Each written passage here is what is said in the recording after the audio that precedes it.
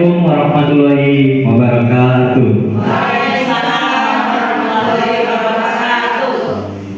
Alhamdulillah kita bisa berkumpul di sini. Kurang lebihnya Bapak Ibu mohon maaf karena mengganggu waktu Bapak Ibu yang seharusnya sudah pulang. Sekarang harus mengikuti diseminasi modul 1.4 budaya positif. Ini termasuk tugas dari saya, tugas dari CGP. Nah, di tugas ini ditugaskan CGP itu untuk mendemonisasikan ke rekan-rekan sejawatnya. Untuk itu, saya ucapkan terima kasih banyak kepada Bapak Ibu yang sudah hadir, sudah menyempatkan waktunya untuk hadir di sini. Kita mau diskusi bareng, ya. Di sini kita mau diskusi bareng, kita mau belajar bersama di sini tentang apa itu budaya positif. Selanjutnya, salawat serta salam kami curahkan kepada junjungan kita Nabi besar Muhammad SAW. Semoga kita semua diberi syafaatnya. Amin. Selanjutnya, perkenalkan, saya Buset, CGP Angkatan 11 dari Kabupaten Cirebon. Untuk diseminasi budaya positif,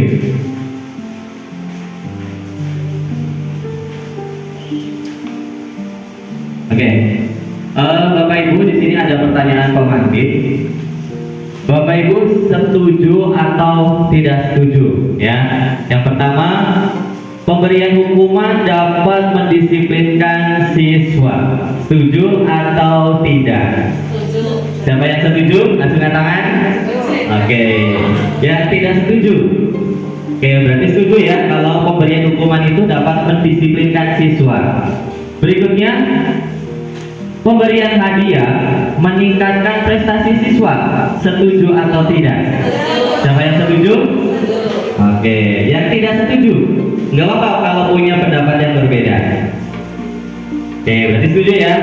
Berikutnya yang ketiga, setuju atau tidak, guru harus mampu memberikan solusi untuk setiap siswa yang bermasalah. Setuju. Ada yang tidak setuju? Setuju semua. Oke. Yang keempat, guru berperan sebagai teman bagi siswa. Setuju atau tidak? Setuju. Nah, dari keempat pernyataan pemantik ini berarti rata-rata semuanya setuju, ya. Ini yang akan kita bahas nanti di budaya positif. Berikutnya,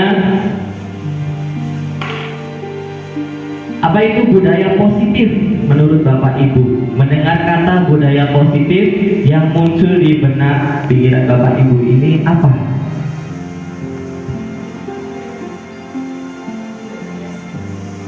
Apa Ibu Pipit? Kebiasaan yang positif, bagus. Yang lainnya? Kebiasaan yang bagus, oke. Ibu Ati? Kebiasaan yang baik, oke. Ibu Popon? Memberikan motivasi pada anak supaya lebih baik lagi. Baik sekali, memberikan motivasi kepada anak. Ya, semuanya sudah mengarah ke budaya positif. Memang betul seperti itu ya.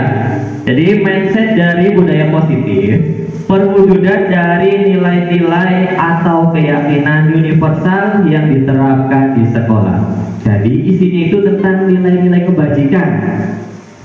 Nah, menurut Bapak Ibu, nilai-nilai kebajikan seperti apa sih yang Bapak Ibu pahami?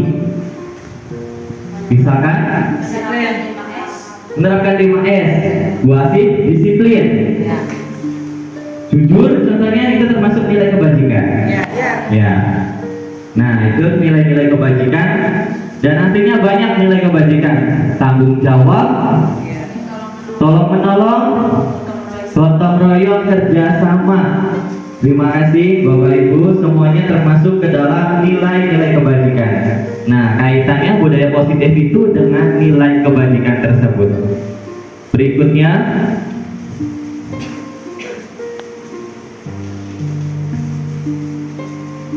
dalam budaya positif ada konsep yang harus diciptakan dalam budaya positif. Ada 6 konsep.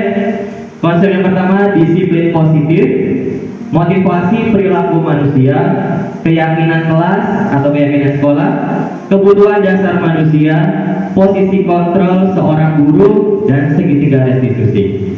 Di antara keenam konsep ini, adakah kata yang masih asing dari Bapak Ibu Guru? Segitiga restitusi. Nah, ini nanti akan kita bahas tentang segitiga restitusi dalam budaya positif. Berikutnya, Bapak Ibu, ini ada kuis dulu sebelum kita masuk ke diseminasi. Nanti Bapak Ibu silakan saling berhadapan dengan pasangannya. Ibu Asinya sama-sama Ibu Asi. Oke.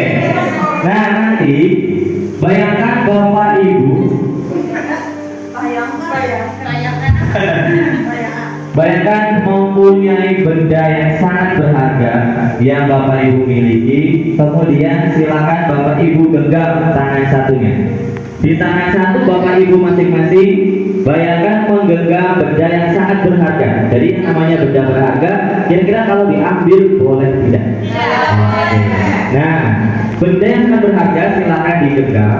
Kemudian rekan satunya silahkan membuka genggaman tangan temannya.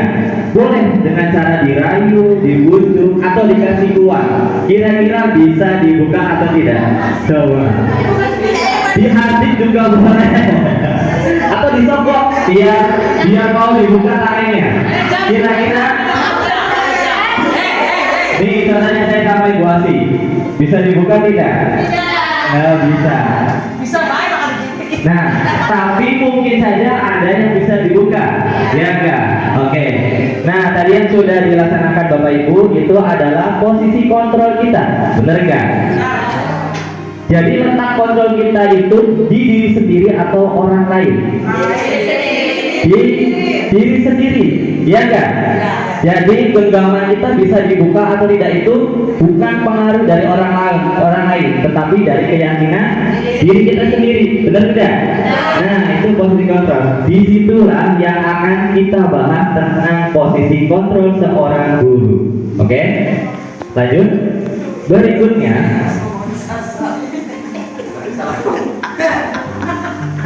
Berikutnya, kita ke pergeseran paradigma teori kontrol dari Dr. William Glasser. Yang pertama, ilusi guru mengontrol murid. Nah, sebuah ilusi guru itu bisa mengontrol murid, tetapi kenyataannya murid tidak bisa dikontrol oleh guru. Misal, ada ditugaskan PR. Tidak semua siswa itu mengerjakan PR, benar tidak? Ada saja yang tidak mengerjakan. Bu, saya nggak mau mengerjakan PR. Jadi letak kontrolnya di mana? Di diri siswanya. Seolah-olah kita itu bisa mengontrol siswa, tapi kenyataannya tidak. Ya. Berikutnya yang kedua, ilusi bahwa semua penguatan positif efektif dan bermanfaat. Penguatan positif tidak semuanya efektif dan bermanfaat, seperti pemberian reward. Ya, apakah pemberian reward itu akan selamanya bermanfaat? Tidak. Pasti tidak. Kalau anak dikasih reward semangat, tapi tiba-tiba tidak dikasih reward, apakah anak tetap semangat? Tidak. Biasanya tidak. Nah, seperti itu. Yang ketiga, kritik dan membuat orang merasa bersalah dapat menguatkan karakter. Suatu kritik biasanya anak itu enggan dengan kritikan. Setelah disuruh mengerjakan tugas, contohnya menggambar, tiba-tiba gambarnya dikritik, pasti anak bergumam sudah sampai-sampai, ternyata hasilnya dikritik. Benar tidak Bapak Ibu? Nah, biasanya anak itu enggan dengan kritikan. Berikutnya yang keempat, ilusi bahwa orang dewasa memiliki hak untuk memaksa. Biasanya orang dewasa, contohnya guru, seringkali memaksa muridnya. Benar tidak? Seolah-olah guru itu mengontrol semua kegiatan muridnya, memaksa muridnya untuk melakukan atau berbuat yang sesuai dengan gurunya. Tapi ternyata dengan paksaan tersebut itu berdampak kurang baik bagi siswanya. Berikutnya,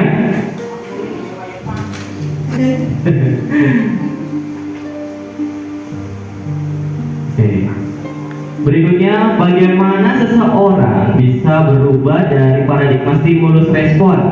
Stimulus respon itu berarti ada yang memberi stimulus, ada yang memberi rangsangan. Nah, dari stimulus respon kemudian ke teori kontrol itu ternyata berbeda. Contoh, dalam stimulus respon kebutuhan kita itu sama, tetapi dari teori kontrolnya kebutuhan kita itu berbeda, tidak sama, itu perbedaannya. Kemudian yang kedua, semua orang melihat hal yang sama dari stimulus respon. Namun, setiap orang memiliki gambaran yang berbeda. Jadi, kita tidak bisa menyamaratakan.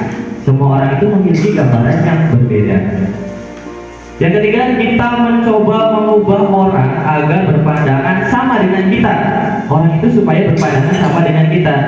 Ternyata di teori kontrolnya kita berusaha memahami pandangan orang lain tentang dunia. Jadi pandangan kita itu, pandangan orang itu tidak mesti sama dengan kita. Kemudian perilaku buruk dilihat sebagai suatu kesalahan dalam stimulus respon. Dari teori kontrolnya, semua perilaku itu ternyata memiliki tujuan. Baik perilaku yang baik atau perilaku yang ibaratnya kurang baik itu mereka sama-sama memiliki tujuan. Berikutnya, orang lain bisa mengontrol saya. Seperti tadi yang sudah dicontohkan oleh Bapak Ibu. Nah, dalam teori kontrol hanya ada yang bisa mengontrol diri Anda, betul tidak? Ya. Kemudian saya bisa mengontrol orang lain dalam stimulus respon. Ternyata dari teori kontrol Anda tidak bisa mengontrol orang lain. Kemudian pemaksaan ada pada saat bujukan gagal. Saat dibujuk gagal, mulailah ada pemaksaan dalam stimulus respon. Sementara dari teori kontrolnya, kolaborasi dan konsensus menciptakan pilihan-pilihan baru. Jadi ada kolaborasi. Kemudian terakhir, model berpikir menang kalah dalam stimulus respon. Jadi harus ada yang menang, ada yang kalah, ada yang benar, ada yang salah. Tetapi dalam teori kontrol, model berpikirnya itu menang-menang. Jadi tidak ada yang kalah, tidak ada yang menang. Semuanya disatukan dengan cara berdiskusi. Seperti itu Bapak Ibu. Berikutnya, nah, disiplin positif. Disiplin positif itu merupakan salah satu cara penerapan disiplin yang bertujuan untuk menumbuhkan kesadaran serta memberdayakan anak untuk melakukan sesuatu tanpa sogokan, ancaman maupun hukuman. Jadi disiplinnya itu muncul dari dalam diri sendiri. Jadi anak itu tidak melakukan kedisiplinan karena takut hukuman. Berangkatnya pagi, tidak terlambat. Kenapa? Karena kalau terlambat dihukum suruh lari di lapangan. Anak tidak ada embel-embel seperti itu. Jadi disiplin positif itu disiplin yang muncul dari dalam diri siswa itu sendiri. Bukan dari ancaman, bukan dari hukuman ataupun dari sogokan. Ya. Berikutnya,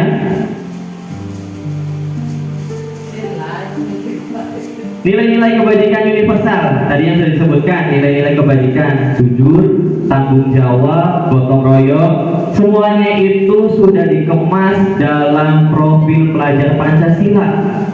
Dari beriman dan bertakwa kepada Tuhan Yang Maha Esa dan berakhlak mulia, kebinekaan global, gotong royong, kreatif, bernalar kritis, serta mandiri. Itu semuanya sudah ada dalam profil pelajar Pancasila. Berikutnya, motivasi perilaku manusia. Itu ada motivasinya. Nah, dari ketiga motivasi perilaku manusia, menurut Bapak Ibu, manakah motivasi perilaku manusia yang tepat dari ke satu, kedua, dan ketiga, Bapak? Ketiga. Buasi ketiga. Ya. Bupia ketiga. Bu Maya ketiga. Yang lainnya ibu-ibu ketiga. Sepakat ketiga? Oke. Motivasi perilaku manusia yang pertama, menghindari ketidaknyamanan atau hukuman nih. Perilaku manusia termotivasi karena hukuman. Yang tadi sudah saya sebutkan, anak yang datangnya tepat waktu ternyata karena takut dihukum. Itu contohnya.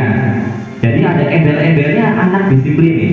Kemudian mendapat imbalan atau penghargaan. Anak ini berprestasi, anak ini rajin karena sering dapat reward dari gurunya. Coba kalau tiba-tiba gurunya tidak memberikan reward kembali, apakah anak ini tetap menjadi berprestasi, tetap rajin? Biasanya ada perbedaan. Anak biasanya nggak ada hadiahnya, jadi motivasinya itu luntur, tidak seperti semula. Kemudian yang ketiga, menghargai diri dan menjadi orang yang mereka inginkan. Ini yang termasuk motivasi yang muncul dari dalam diri sendiri. Jadi yang pertama sama yang kedua ini adalah motivasi ekstrinsik, yaitu dari luar, dan inilah yang sesungguhnya dari dalam, yaitu intrinsik, yang muncul motivasinya itu dari dalam diri anak tersebut. Kecepatan enggak Bapak Ibu? Oke. Berikutnya, di sini ada hukuman, ada konsekuensi, dan ada restitusi. Di sini sangat banyak sekali ya Bapak Ibu. Kelihatan tidak? Terlalu kecil ya? Kelihatan. Oke. Contohnya misalkan dari ketiga hukuman, konsekuensi, dan restitusi, menurut Bapak Ibu, manakah yang paling tepat untuk kita terapkan? Ini misalkan nih, dari hukumannya, sesuatu yang menyakitkan harus terjadi. Kalau dari hukuman, kalau dari konsekuensinya, sesuatu harus terjadi. Kalau dari restitusinya, restitusi merupakan pilihan. Jadi anak itu tidak langsung dengan hukuman atau sesuai dengan konsekuensi kesepakatan, tetapi di restitusi itu ada pilihannya. Seperti itu Bapak Ibu. Ini kalau kita bacakan mungkin lama ya satu persatu. Jadi intinya hukuman itu biasanya satu arah dari gurunya. Biasanya tidak terencana kalau hukuman. Misal ada anak datang terlambat, tiba-tiba memakai sepatunya berbeda warnanya, misalkan warna merah. Guru datang, kamu kenapa terlambat? Udah gitu sepatunya warna merah lagi. Udah, copot sepatunya, silakan lari ke lapangan. Itu hukuman. Terencana tidak? Tidak, ya. Kemudian satu arah itu hanya posisinya dari guru. Anak itu setuju atau tidak, guru harus tetap menentukan. Itu satu arah. Kemudian kalau konsekuensi itu biasanya sudah dibentuk antara guru dengan siswa. Ada kesepakatan. Contoh, sudah dibuat kesepakatan nih. Nanti kesepakatannya, konsekuensinya kalau ada anak yang tidak mengikuti piket, silahkan harus nyapu sendiri di kelas. Tiba-tiba ada anak yang tidak melaksanakan piket, berarti anak tersebut melaksanakan konsekuensinya tidak? Melaksanakan. Anak itu tetap melaksanakan, tetapi konsekuensi ini masih tetap pegangannya itu dari gurunya. Silakan membersihkan satu kelas, itu tanpa konfirmasi, tapi gurunya yang menentukan. Itu konsekuensi. Kemudian kalau dari restitusi, ada diskusinya dulu. Anak ini diberi masalah, kemudian anak yang akan dibantu untuk mencari solusinya. Itu restitusi. Jadi lebih mendukung terhadap kebaikan siswanya, tidak langsung menghukum, tidak langsung mengikuti konsekuensi yang tadi sudah ditentukan. Ada arahan dari gurunya. Seperti itu. Berikutnya,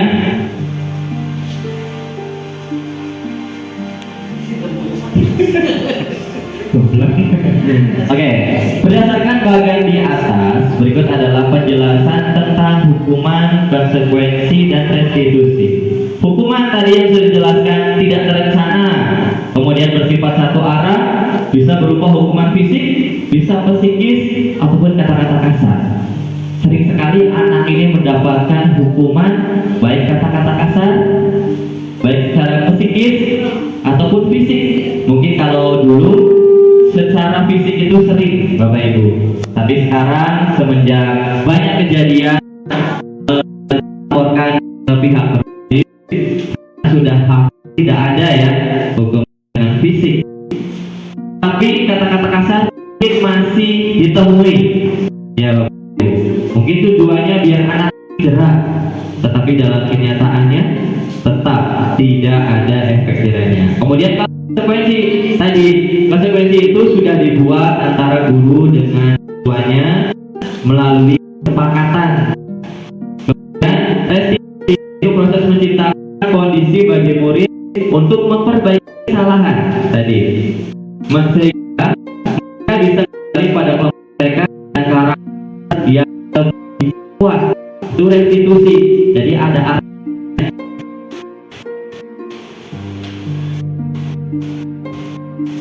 berikutnya konsekuensi atau hukuman ini Bapak Ibu.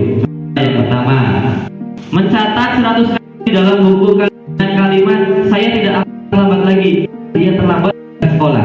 Menurut Bapak Ibu, ini itu termasuk konsekuensi atau hukuman?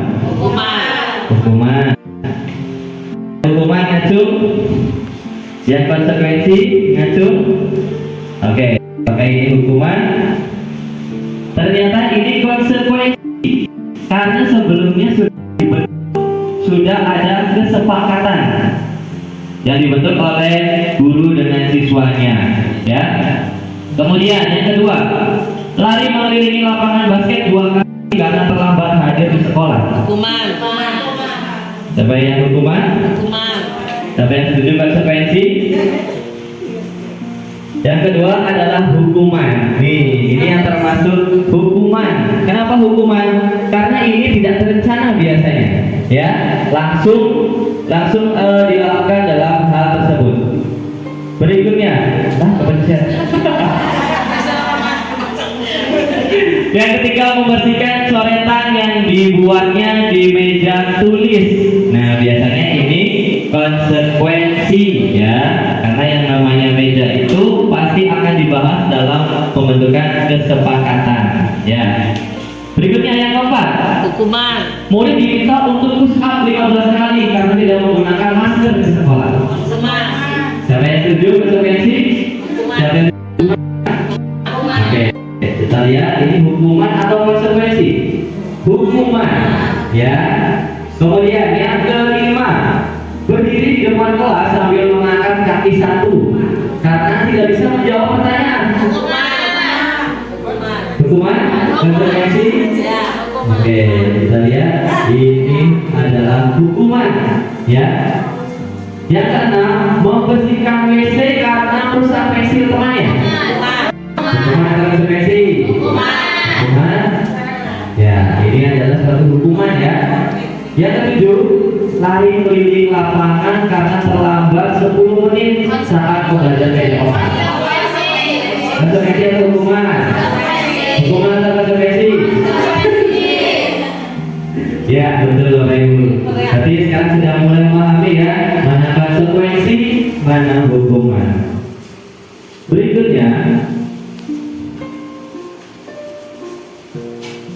dihukum oleh penghargaan. Mungkin selama ini kita menganggap penghargaan itu yang membuat anak lebih berprestasi. Ternyata penghargaan itu sama halnya dengan hukuman. Kenapa?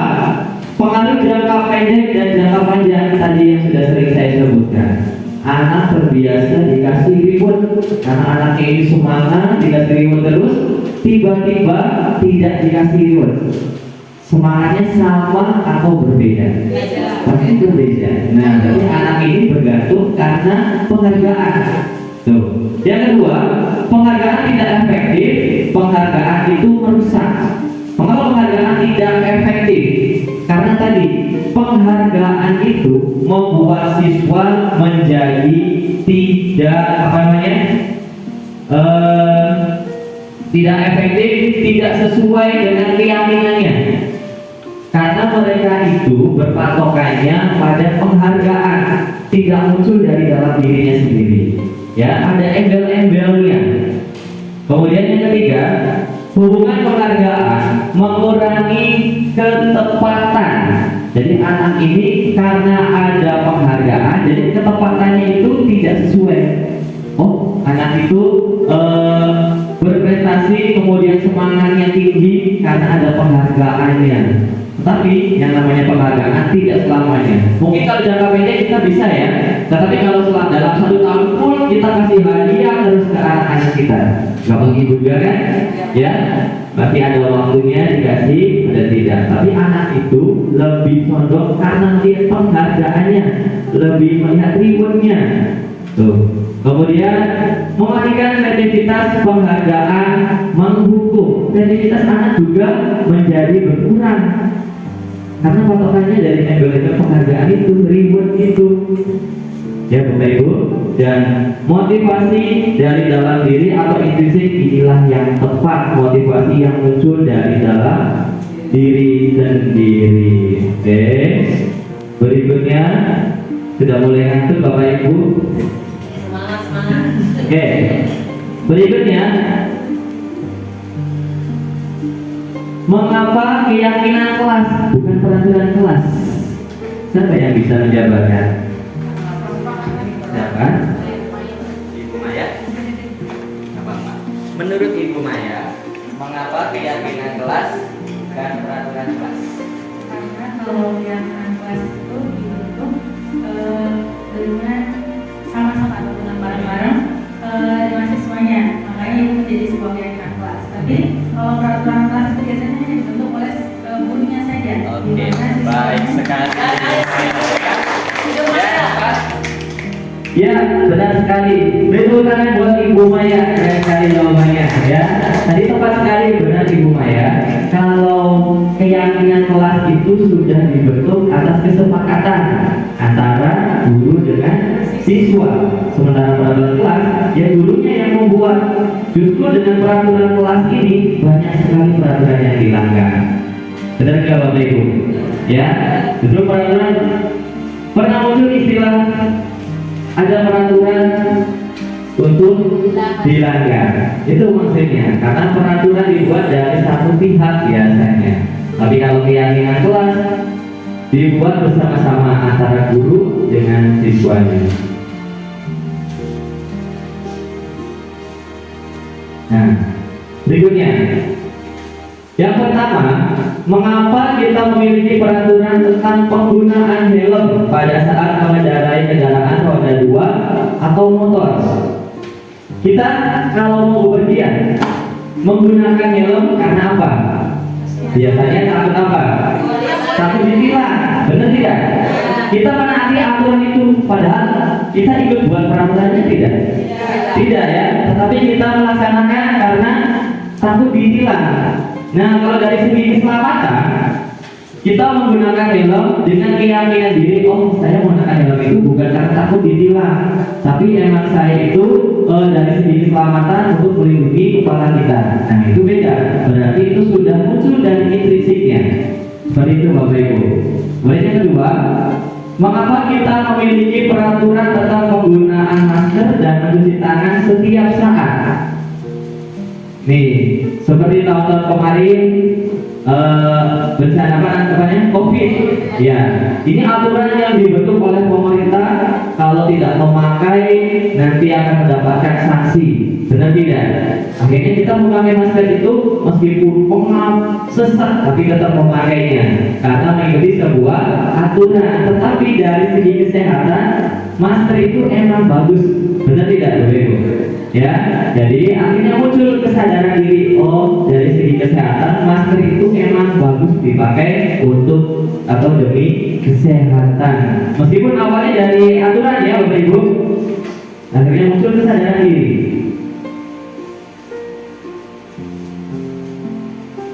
Oke, nih berikutnya keyakinan kelas dibuat berdasarkan kesepakatan antara guru dan siswa dan bersifat universal. Jadi keyakinan kelas itu benar tadi yang saya sebutkan Ibu Maya, dibentuk bersama antara guru dengan siswa sehingga terjadilah keyakinan kelas dan biasanya itu ada konsekuensinya. Benar nggak Bapak Ibu? Mungkin Ibu juga sudah melaksanakan atau menerapkan ya di kelasnya keyakinan kelas ini. Kemudian kalau peraturan biasanya dibuat oleh gurunya saja dan bersifat satu arah, gurunya yang menentukan. Peraturannya jangan membuang sampah sembarangan, jangan terlambat datang ke sekolah. Biasanya seperti itu ya aturan Bapak Ibu. Nah itu keyakinan dan juga peraturan.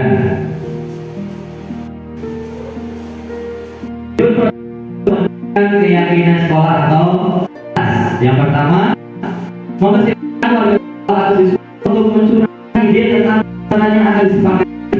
Jadi nanti itu biasanya dikasih kertas post-it atau kertas yang nanti digunakan oleh anak-anak untuk mencurahkan idenya apa nih. Nah, kemudian catatan anak-anak atau ide dari anak-anak kita tampung idenya, ya. Nah, kemudian mencatat semua masukan, kemudian nanti kalimat negatifnya menjadi kalimat positif. Apa ini maksud dari kalimat negatif menjadi kalimat positif? Misalkan, jangan buang sampah sembarangan. Itu kalimat negatif. Kalimat positifnya bagaimana?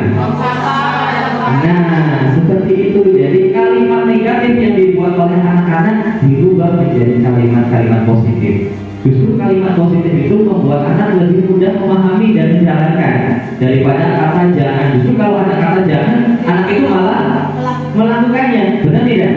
Ya, itu maksudnya dari merubah kalimat negatif menjadi positif.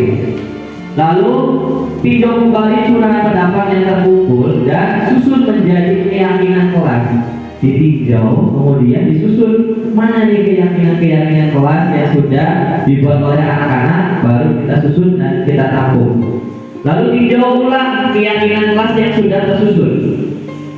Keyakinan kelas biasanya boleh 3, boleh 5, tapi yang satu ya Bapak Ibu. Keyakinan kelas boleh 7, tapi terlalu banyak juga jangan. Cukup misalkan 5, boleh, nggak apa-apa. Yang tadi sudah curahan dari ide anak-anak ditampung, dibuat menjadi kalimat positif, lalu tersusunlah keyakinan kelas. Setelah tersusun, kita meninjau dan menyetujui dengan menandatanganinya. Kita sertakan dengan tanda tangan supaya anak ini benar-benar diikut sertakan. Mereka itu ikut bertanggung jawab ya untuk melaksanakan keyakinan kelas tersebut. Barulah setelah ditandatangan sudah terbentuk, ditempel di dinding kelas. Tapi nempel juga sesuai dengan tempatnya. Jangan sampai nempelnya di atas ventilasi, itu jangan. Ya, yang tidak terpantau. Oke, seperti itu ya Bapak Ibu. Berikutnya 5 posisi kontrol guru. Selama ini kita juga sudah sering melaksanakan posisi kontrol ya. Di sini penghukum, sebagai pembuat merasa bersalah, sebagai teman, sebagai pemantau, sebagai manajer. Menurut Bapak Ibu guru yang sudah selama ini kita melaksanakan posisi kontrol guru, Bapak Ibu sudah melaksanakan yang mana? Apakah sebagai penghukum, sebagai pembuat rasa bersalah, atau sebagai teman, sebagai pemantau posisi kitanya, atau sebagai manajer? Sebagai manajer. Silakan coba pilih salah satu menurut Bapak Ibu yang paling tepat posisi kontrol sebagai seorang guru. Oke, sudah disimpan. Oke. Nah, inilah 5 posisinya Bu ya. Berikut contoh video 5 posisi kontrol guru yang tadi sudah disebutkan. Ini ada simulasi videonya. Maka Bapak Ibu bisa simak ya.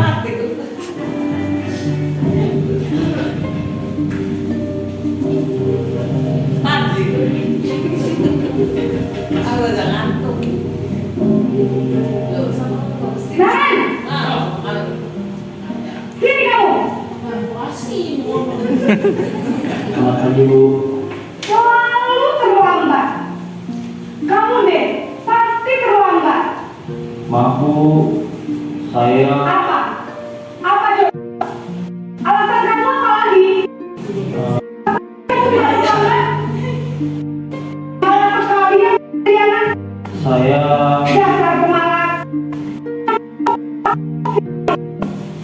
Kenapa terlambat?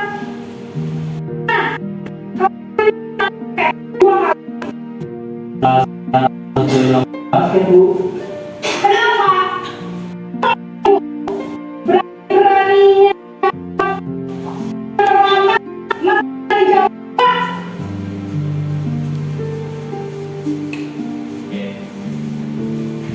Ya, ini video dari kita juga sering melakukan ibu. Ini dilakukan dalam posisi pembungkuk. Kita lihat berikutnya, pembuat merasa bersalah. Sama dengan pembungkuk.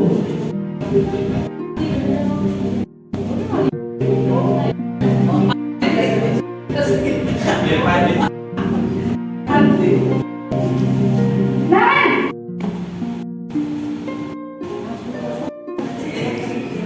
Selamat pagi Bu. Naren, kamu kenapa terlambat pagi nak?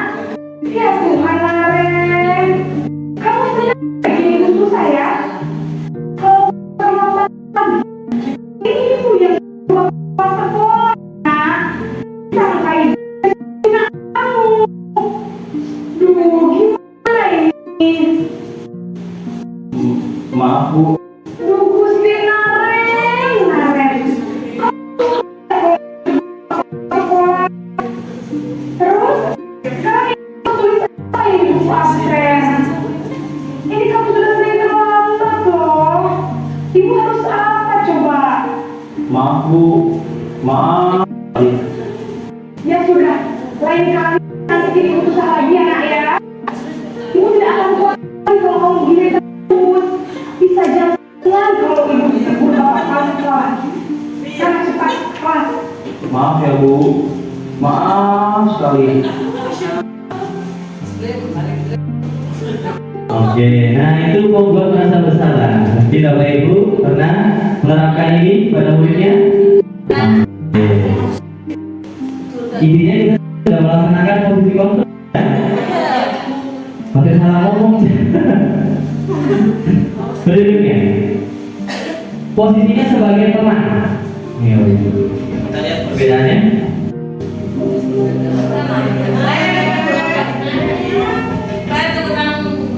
Sini nak. Naren,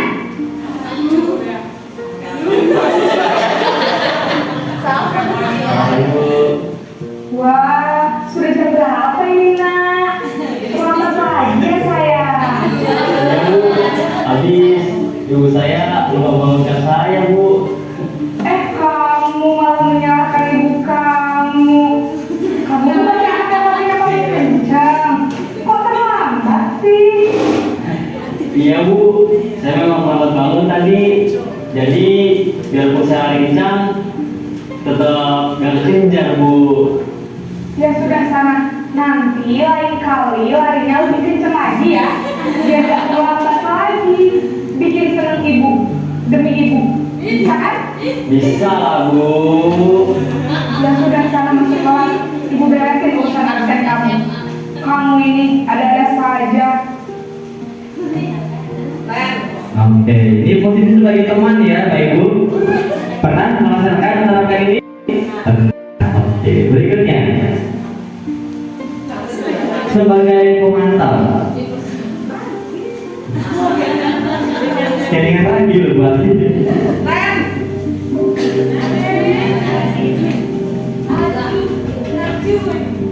Memantau di sini ada jalan. Naren,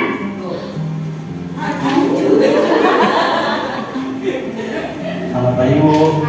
Naren, apa peraturan sekolah kita tentang jam berapa kita harus masuk sekolah nak? Kita harus di sekolah jam 7 Bu. Iya betul, sekarang sudah jam 7.20. Kalian sudah tahu konsekuensinya jika terlambat hadir? Paham Bu. Saya harus tinggal keluar pas jam selama 20 menit. Iya benar, konsekuensinya demikian. Jadi jam pas istirahat, kamu harus tinggal kelas kerja untuk tinggalan kamu ya. Baik Bu. Oke, ini sebenarnya mantap Bapak Ibu. Kita bisa perbedaannya. Dan yang terakhir ini sebagai manajer.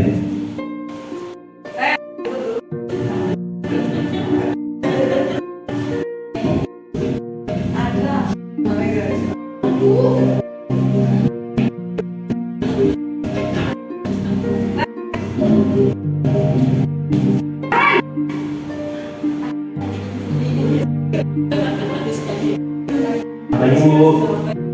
Selamat kalian. Lambat. Ya, sekolah masuknya jam 7, sekarang udah jam 7.10. Sekarang mana ya? Bu, saya sekolah. Baiklah, menurut kamu, keyakinan sekolah yang mana yang perlu kamu tingkatkan? Menghargai diri sendiri dan orang lain mungkin ya Bu. Setuju. Jadi, apakah kalian meyakini prinsip saling menghormati tersebut? Iya Bu, saya meyakininya. Apakah kalian dapat masalah keterlambatan ini? Bersedia Bu. Bagaimana kamu akan perbaiki masalah keterlambatan ini? Saya akan coba untuk tidak lupa menyetel alarm saya Bu. Baik, kalau kalian lupa menyetel alarm di rumah, ada orang yang kira-kira bisa bantu mengingatkan tidak? Ada Bu, kakak saya, Kak Emma. Ada lagi selain Kak Emma? Selain Kak Emma, ada ibu saya. Baik, jadi yang mengingatkan Aren adalah Kak Emma dan ibu kamu ya? Kira-kira akan mulai setel alarm kapan nih Aren? Setelah pulang sekolah, akan segera saya lakukan.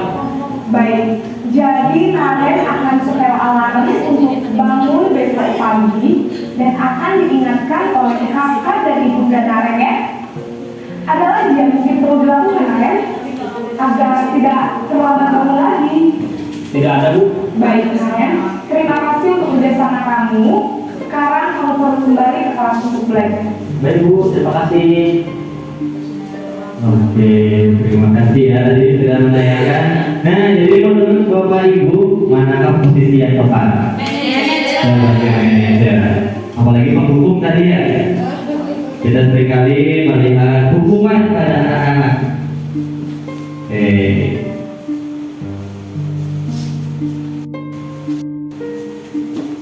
Nah, Bapak Ibu, ini ada 5 posisi: kontrol, penghukum, membuat rasa bersalah, sebagai teman, sebagai pemantau, dan manajer.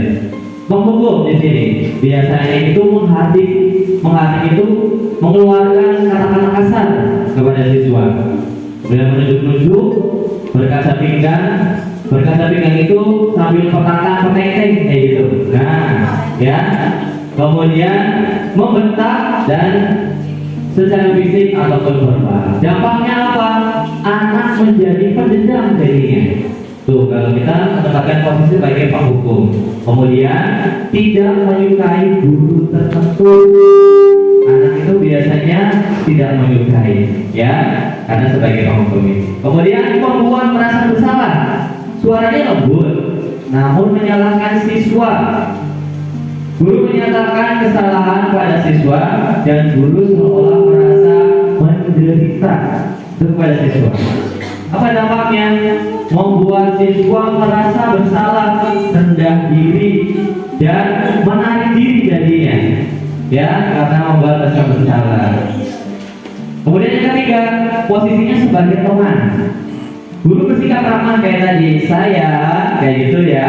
Kemudian cenderung bersenda gurau untuk menghangatkan suasana. Memang ada dampaknya murid bergantung pada satu orang, pada satu guru yang disukai, karena menempatkan posisi sebagai teman dan membuat siswa menjadi tidak mandiri alias manja. Ini kalau kita menempatkan sebagai teman. Berikutnya, sebagai pemantau, nada bicara dan ekspresinya datar, identitasnya tadi berhasil. Pemantau tetap memantau saat siswa diberi sanksi, karena ada konsekuensinya tadi disebutkan. Dampaknya apa? Bisa menghitung hadiah atau hukuman yang diberi tanpa melihat nilai kebajikan. bukan kebajikan ya, kebajikan tidak sepenuhnya mandiri. Ini sebagai pemantau. Dan yang terakhir, yang paling tepat di tempat diterapkan ada sebagai manajer. Warnanya netral, tercipta identitas positif, berhasil mengajukan pertanyaan kepada siswa tadi, pertanyaan bermakna, membantu siswa memecahkan masalahnya. Benar tidak Bapak Ibu? Lalu dampaknya murid menjadi mandiri, percaya diri, memecahkan masalah sendiri. Tadi gurunya itu lebih menekankan ya.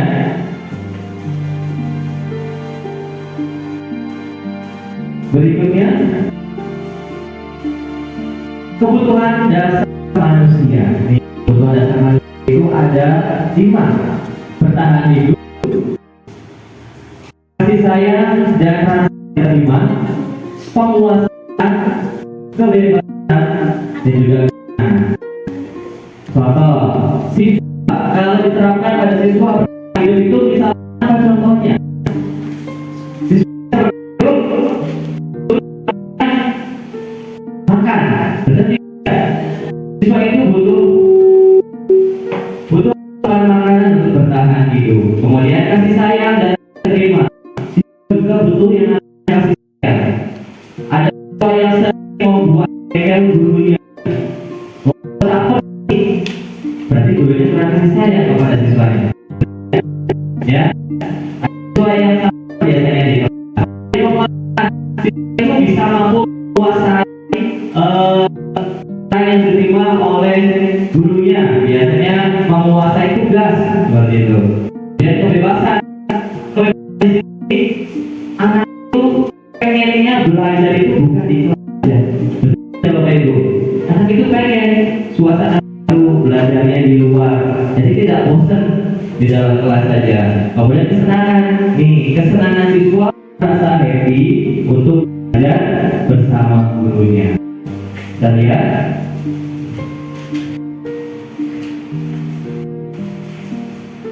Oke, ada 4 pertanyaan pemantik. Kita lihat, ini termasuknya kebutuhan dasar yang mana?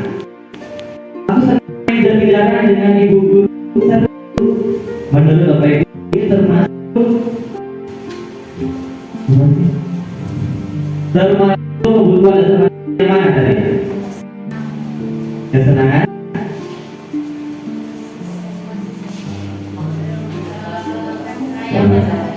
Kasih sayang dan diterima. Oke, kita lihat. Masuknya kesenangan di sini lihat. Aku senang main berbicara dengan ibu guru, seru ibu gurunya. Jadi kesenangan bukan? Kesenangan ya. Yang kedua, ibu kejar aku karena ibu guru sayang aku. Ini kasih sayang. Coba kita lihat. Ya, kasih sayang dan rasa diterima. Yang ketiga, hebat kan? Bisa bikin ibu guru kejar aku? Apa? Lihat lagi. Apa termasuk?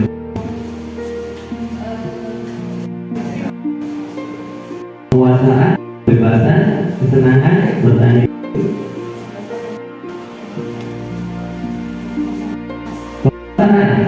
Oke, kita lihat. Ya, betul. Penguasaan. Jadi anak ini sudah menguasai ya. Bikin guru dan aku. Berikutnya yang aku belajar terus di dalam kelas. Ini kebebasan. Oke. Berikutnya. Dunia berkualitas. Oke. Sudah dengan pertanyaan dulu. Menurut Ibu, siapa orang yang paling penting dalam hidup Anda? Kita satu pertanyaan orang aja yang ya. Siapa orang yang paling penting di dalam hidup Anda? Coba Ibu Anita, siapakah yang paling penting di dalam hidupnya Ibu Anita?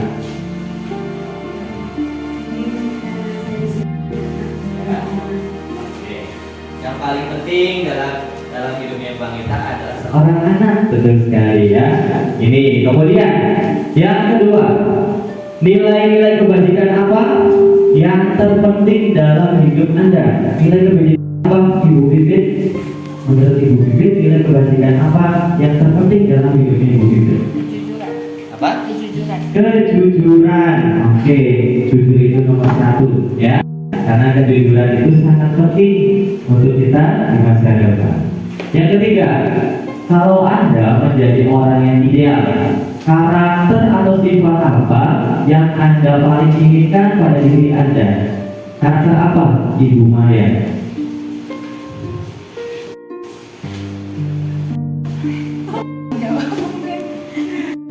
Kalau Anda menjadi orang yang ideal nih, Ibu Maya, karakter atau sifat apa yang paling ingin dimunculkan, Ibu Maya? Royal.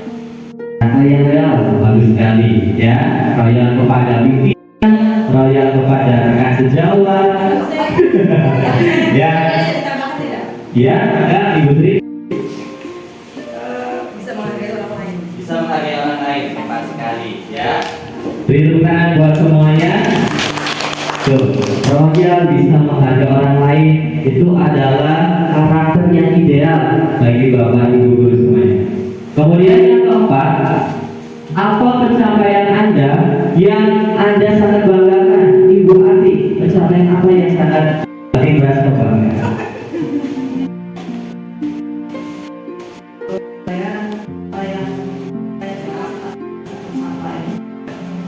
Contohnya?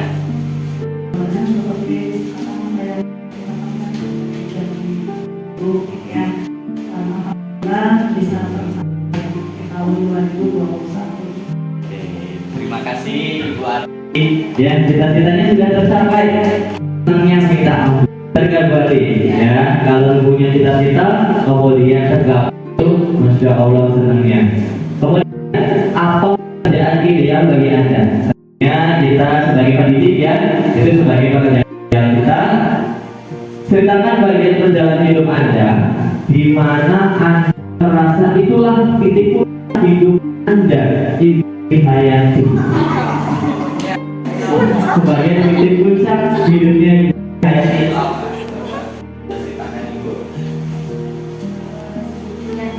Perjalanan hidup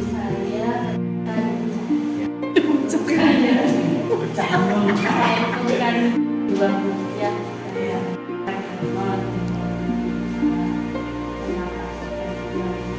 saya terus saya mencapai puncak itu saat saya diangkat Bapak, dan itu pun dengan sertifikasi. Setelah saya Bapak, alhamdulillah saya lulus dari kayaknya itu.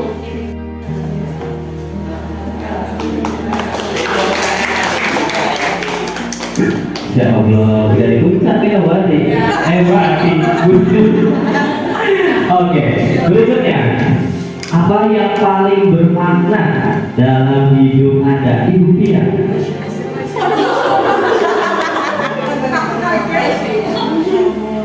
Menurut saya, yang paling bermakna dalam hidup saya yaitu bisa menjadi guru dan sudah diangkat P3K dan memiliki teman-teman kerja, rekan kerja yang saling membantu, saling bekerja sama, kompak, support dan memiliki pemimpin yang sangat luar biasa. Masya Allah jawabannya ya keren. Oke, jadi itulah dunia berkualitas kita sudah kita bahas satu persatu ya. Berikutnya nih yang tadi ditanyakan, kita masuk ke segitiga restitusi. Apa sih segitiga restitusi? Segitiga restitusi ini adalah proses pemecahan masalah. Biasanya anak itu ada masalah. Kita bagaimana proses pemecahannya? Tetapi dalam pemecahan masalah itu yang mencari solusi adalah anak tersebut. Guru itu hanya mengarahkan. Dengan ini, dengan segitiga restitusi. Awas, jangan salah sebut ya. Segitiga restitusi. Yang namanya segitiga berarti ada 3. Yang pertama itu adalah menstabilkan identitas terlebih dahulu. Kamu bukan satu-satunya yang melakukan pidana. Meskipun kamu salah, tapi Bapak yakin kamu itu bukan satu-satunya yang melakukan hal ini. Setiap orang itu pasti pernah melakukan kesalahan tuh. Jadi menstabilkan itu anak yang tadinya emosi setelah distabilkan, anak itu jadi benar tidak Bapak Ibu? Setelah menstabilkan identitas, baru kita ke validasi kebutuhan. Kamu tentu punya alasan mengapa kamu melakukan itu. Tadi kamu melakukan kesalahan itu ada alasannya tidak? Nah, anak sudah mulai terbuka nih, apalagi dengan suasana yang nyaman tadi dalam menstabilkan identitas. Adakah cara yang lebih efektif untuk mendapatkan apa yang kau butuhkan? Nah, tuh, itu validasi kebutuhan. Kemudian yang ketiga, barulah menanyakan keyakinan. Nah, setelah itu nilai apa yang telah kamu sepakati? Kamu ingin menjadi orang yang seperti apa? Yang sudah kamu lakukan itu sudah sesuai dengan keyakinan kelas tidak? Tuh, itu menanyakan keyakinan. Berikutnya, biar lebih jelas ada gambaran. Ini contoh video penanganan menggunakan segitiga restitusi.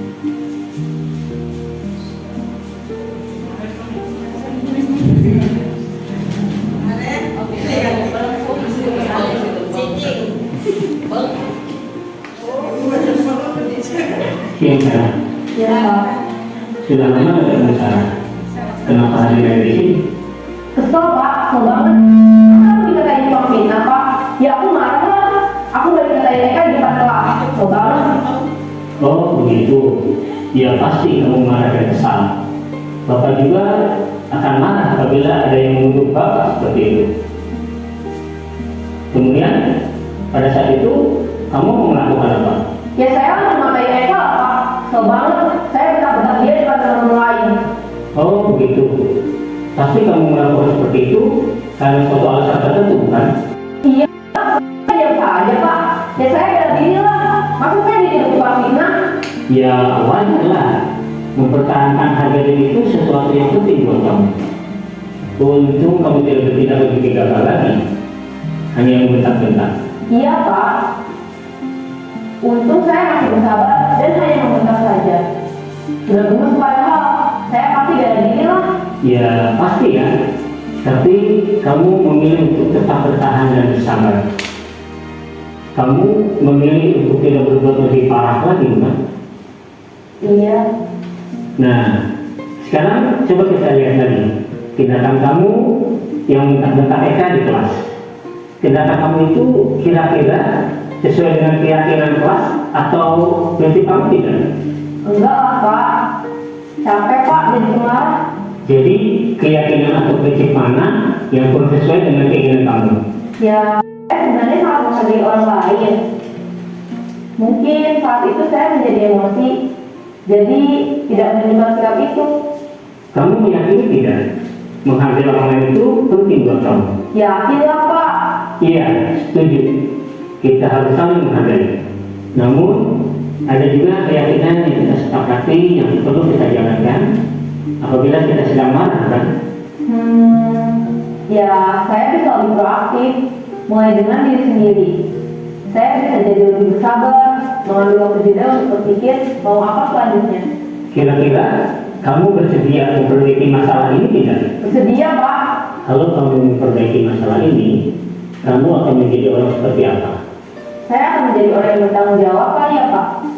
Dan senantiasa proaktif. Iya, menurut kamu bagaimana rasanya menjadi orang seperti itu? Ya nyaman lah, bangga bisa bersabar dan menahan diri. Baiklah kalau begitu. Yuk kita pikirkan bagaimana memperbaiki masalah ini. Oke, nah itu penyelesaian masalah yang dilaksanakan dalam segitiga restitusi. Seperti itu Bapak Ibu ya. Sudah ada gambaran Bapak Ibu? Mungkin barangkali Bapak Ibu sudah melaksanakan segitiga diskusi seperti ini? Oke. Mungkin kita menerangkan ya Bapak Ibu kepada siswa-siswi kita.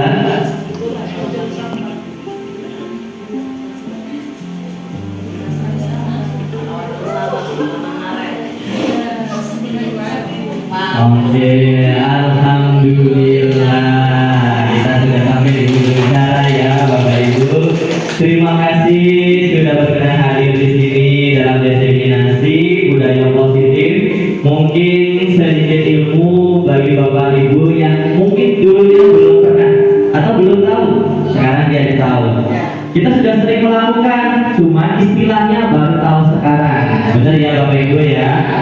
Oke, ini sebagai ilmu buat kita semua untuk kedepannya bisa kita terapkan demi kemajuan sekolah kita SD 3 Al-Jawi Namun. Oke, kurang lebihnya mohon maaf Bapak Ibu. Wabillahi taufiq wal hidayah. Wassalamualaikum warahmatullahi wabarakatuh. Berikutnya ada satu pertanyaan bagi Bapak Ibu. Mangga barangkali ada yang mau ditanyakan untuk refleksi dalam diseminasi budaya positif kali ini. Mangga ada yang mau bertanya?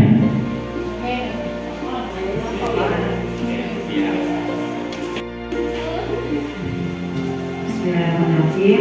Assalamualaikum warahmatullahi wabarakatuh.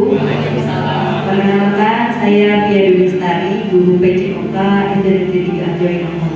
Saya mau bertanya Pak Husen, tadi menyinggung tentang disiplin positif. Bagaimana atau mulai dari mana kita untuk menerapkan kepada siswa dan juga terutama menerapkan pada diri kita untuk menerapkan disiplin positif tersebut. Terima kasih. Wassalamualaikum warahmatullahi wabarakatuh. Waalaikumsalam warahmatullahi wabarakatuh.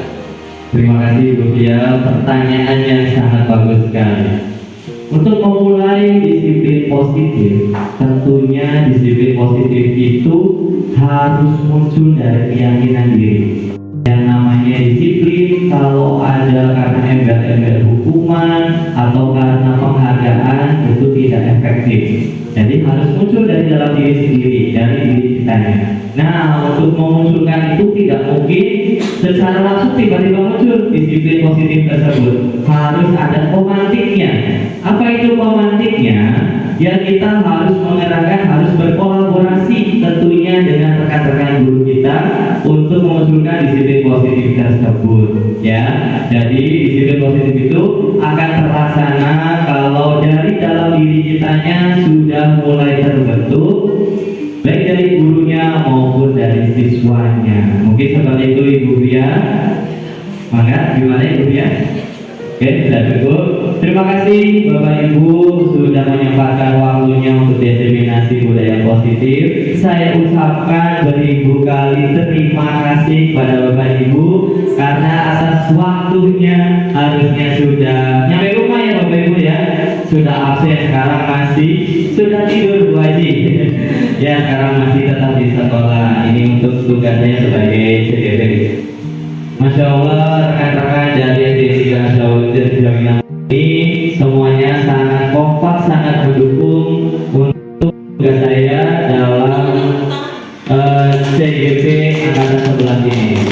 Kurang lebihnya mohon maaf. Wabillahi taufiq wal hidayah. Wassalamualaikum warahmatullahi wabarakatuh.